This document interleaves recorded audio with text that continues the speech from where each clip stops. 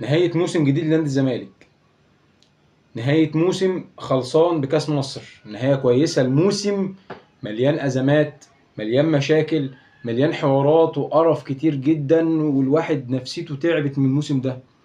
الموسم ده بيوريك قد ايه بجد احنا جبل. جمهور نادي الزمالك ده جبل وسط القرف اللي احنا فيه، جبل وسط المشاكل اللي احنا بنمر بيها. جمهور نادي الزمالك هو فعلا درع نادي الزمالك. جمهور نادي الزمالك هو البوصله اللي لما نادي الزمالك بيرمي يمين او بيرمي شمال بيرجعه مكانه تاني. جمهور نادي الزمالك بجد انا شايف، مش عشان تحيز لان انا واحد منهم في الاول وفي الاخر، لا احنا جامدين قوي، احنا اللي جامدين قوي. سيد عبد الحفيظ بيقول لك ايه عشان انا جامد؟ لا انت مش جامد. قلتها له كده وافضل اقولها، انا اللي جامد. انا اللي جامد اللي قدرت في ظل القرف ده كله اعمل حاجه.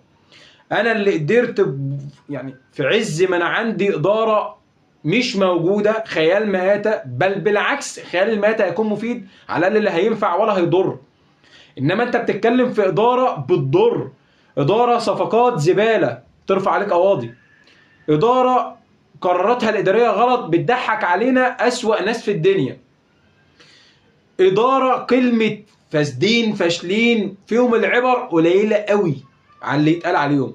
بس دي مش مشكلتي،